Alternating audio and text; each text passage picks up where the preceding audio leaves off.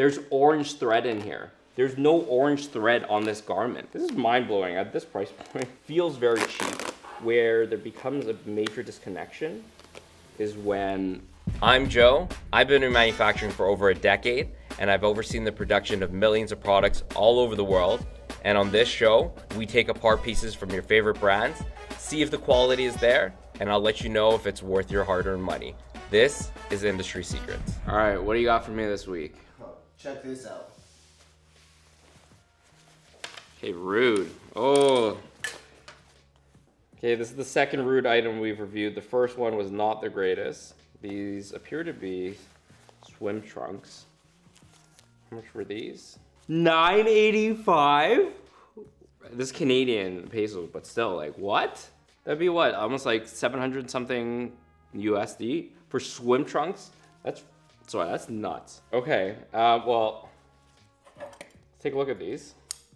So initial impressions, we have black swim trunks, elongated drawstring, metal aglets like that. 100% polyester for the outside, which is going to be the shell. The mesh on the inside is a nylon spandex. Assembled in the US with global components. Okay, so obviously this is a quite iconic Rhude design with it across the crotch. I'm sure you can see a lot of guys in Mykonos or Las Vegas with bottle service wearing these shorts. We have the shell material, which is a black polyester. We have the elastic detailing on the bottom and a waistband here. You know, one thing you got to keep in mind when you're producing garments is color matching. And you'll see here, the black for the shell fabric is actually different than the black for the bottom elastic detailing. And it's also different than the waistband. What it looks like is the black on the waistband is actually printed black on a white. So then you get that stripe contrast detailing. But at 985, you should have no room for these not to be matching, like exactly. To make sure your elastic supplier and the print supplier and the shell fabric all match.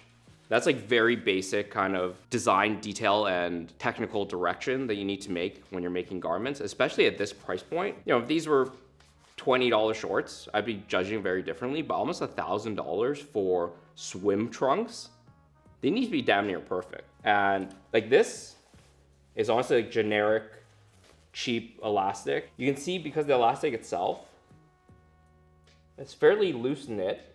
It feels very cheap. And yeah, the fact that like the waistband doesn't even match the shell fabric, that tells me that this brand is missing a technical designer who knows actually how to handle like very specific details like this, that at a brand of this scale and at this price point, you need to make sure you have. You know, when you're starting off as a brand, you can kind of like shoot from the hip and figure things out along the way. But at this point in the game, you need to make sure your products are really locked up and tight, because if your product's not matching your price points now, that's when people start complaining about the brand, and that's when brands start declining really quick. And whoever is the main designers, and I think Rhude is the owner, if you're trying to make products that are at this price point and you want your brand to last the test of time, you need to make sure your products actually stand up to that test as well. That's kind of the initial outside. You have two pockets here. We have screen print across the front panel. We have a pocket on the back. Let's take a look at the inside here. I do like that they have at least their name on the metal trim. It's like a nickel plated finish. This is chrome plated. What I would say as a brand you want to make sure you do again is make sure your metal trims match each other. It's these little attention to details that are going to be really important when selling products at this price point. So let's take a look at the inside.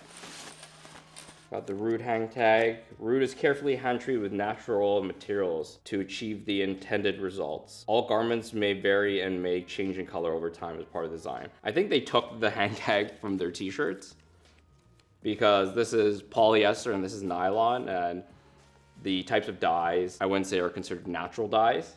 So I think they're using the same hang tag from their t-shirts, which are probably garment dyed, on their swim trunks. This is mind-blowing at this price point. So we got the pin here. Take this out. Got the tag here on the waistband. Oh, I can see a lot of loose threads in here. Bro, there's loose thread from something that's not even from this fucking garment. So I'm looking along the waistband here and inside the mesh liner.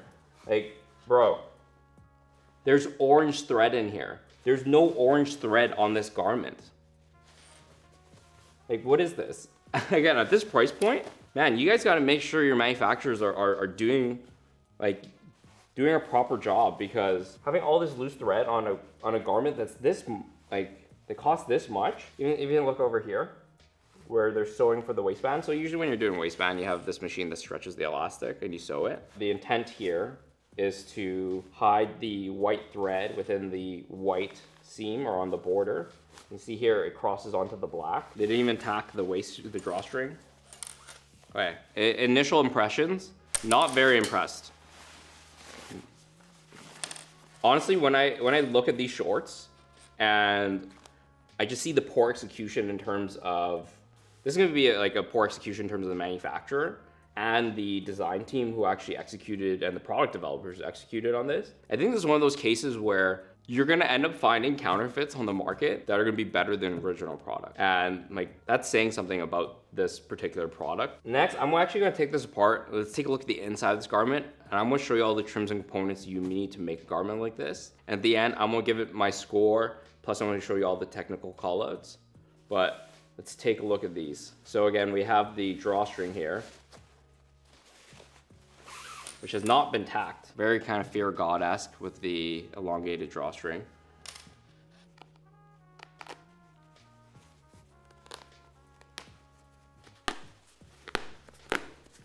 Thread's really cheap too. Snaps so easily.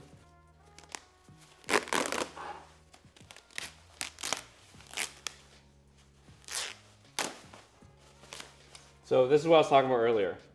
You have left over from the overlock.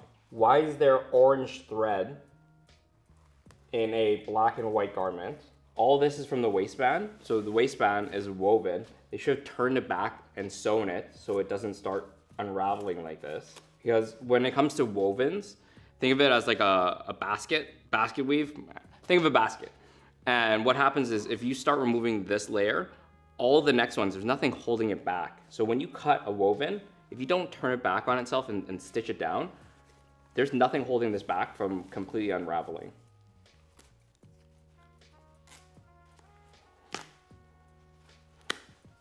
At the end of the day, I think when it comes to product prices, a brand can charge whatever they want to charge, and it's really up to the customers. If the customers feel like it's worth it, then they'll pay for it, right? But I think where there becomes a major disconnection is when you're charging this much and it's not even good. If this was really well made and they want to charge $1,000, sure, to each their own. There's gonna be people out there that want to spend $1,000 on swim trunks, because at the end of the day, Rhude does signify something. And for the people that are buying it, you know, you're not buying shorts that says Rhude across the bottom because they're cheap. You're buying them because they're expensive and you want other people to know that they're expensive. The product quality just needs to match the price point. The thought and intention that's put into it needs to match the price point. So there's the outer short liner. You're gonna see here. I'll disconnect it from the waistband, but there's gonna be the inner short.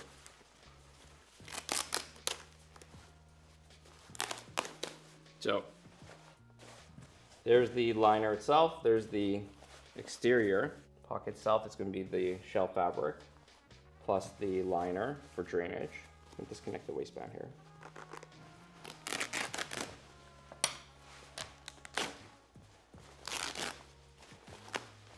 There is the liner on the inside, $1.50 worth of material there.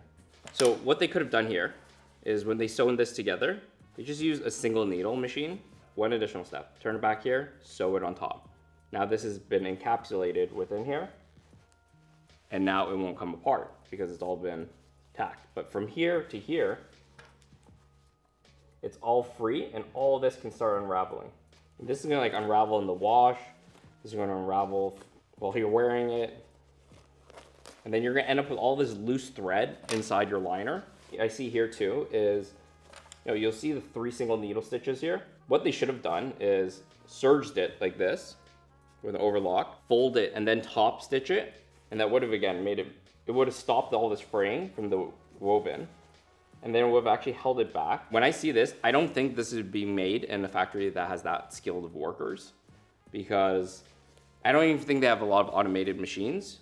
So when it comes to the waistband, as I mentioned before, there's a machine that you can get that actually pre-stretches it, and then it will sew on these 2 stitches by itself. The fact that this is wonky here tells me that was manually done, because the machine basically stretches it and it self-feeds it, and it's gonna feed in a straight line. But when it's wavy like this, and it's not even matching the wave of the top one, this was done on one machine, then this was done on another one. Yeah, even like the stacking of all these stitches here is really unnecessary. So from a construction standpoint, who's ever making these, A, they're missing some machinery to properly execute this. And B, the workers that are actually doing it aren't as skilled as they need to be for a garment like this. All right, so now we've done the tear down. As you can see, like elements like this, where there's orange thread in a black and white garment, this tells me that the factory that these are made in is probably quite messy. So now that we've taken apart this garment, when I see a garment like this, what I see is a brand that A, doesn't know how to actually look at the technical details of the garments to make sure that it's executed well. I think that a lot of brands, especially in the streetwear scene, they blow up so quickly that they might be great designers, but they lack the technical know-how of how to create a quality product. And I don't think it's a lot of fault of the brand itself. They're just trying to make things work, and they're trying to kind of shoot from the hip as they grow, just because they get such meteoric growth. But at some point, you need to bring in either a company like ours or other agencies that know what they're doing on the manufacturing side to be able to execute on the product. Or you have to bring somebody in-house that knows what they're looking for to create something that's high quality. I would say for this garment itself, to make this in the US, this is all very cheap material. From the shell fabric, it's very basic. This is probably like a category, like a catalog available black. The sublimated waistband, if you're doing a sublimation and you're doing a printed waistband, there's no reason for this to be black on the, or for this to be white on the inside of the garment. This entirely possible. They might have found fabric that actually has stripes already on it, and they just integrate it into this design. This strapping at the bottom is just so, it's so cheaply made that I think the component, I think the component cost of all of this is probably less than $5. The most expensive things on here are going to be the drawstrings, which they definitely source from overseas, and so the aglets being metal and the eyelets here are going to be the most expensive components. Their hang tags, the fact that it says carefully hand treated with natural materials to achieve the intended finish, there's none of that going on here. That tells me that their hang tags are the ones from their other garments. They're just repurposing for their swim line. Garments like this, you can order hang tags, especially at this price point. One garment is going to pay for the hang tags for an entire collection. So there's not a lot of excuse not to have a hang tag specific for the swim collection. With it saying made in the US from global components, when it comes to being made in the US, you have to have 51% of the associated costs. What percent of this is global components? I would say probably the shell material, the rope, the eyelets, the elastic you can probably find locally. But for all I know, they might have 51-49 this, where 49% of the cost was overseas and they brought it into the US to finish, to have that made in the US label. I can't see this costing more than maybe 15 bucks, maybe 20 bucks on the high end. The factory that's making this is missing specific machinery to do a waistband and do it properly. The workers themselves aren't that skilled. There's a lot of loose, again, there's like orange thread here. The factory that's doing this, whoever is doing the designing in-house, there's certain design details that they should have done differently to ensure that the waistband, for example, is something that's going to last a lot longer. So that means the factory itself is missing some technical know-how, and they're trying to execute this garment with whatever machinery that they have on hand. Rhude itself as a brand, you need to be working with a factory that makes swim trunks and not trying to slot this into any CMT factory that you have locally. I don't care if you have a long-standing relationship with it. you're not getting the product that you should be getting to be selling at this price point. Even like slight details, again, from the screen print, the spacing here to the stitch line needs to be even, again, at this price point.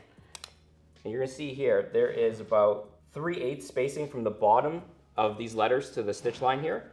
You can see over here, it starts off at 1/4 inch and it goes up to 1/2 inch on the left side. So the print is going like this, and then it's skewed up like this for this part of the short. Like, these tiny details are things where if you're working with a proper factory, they're not gonna miss these details. They're gonna put the proper trims and components in these garments. Seeing all this now, I don't even know if they corrosion saltwater tested any of their metal trims and components.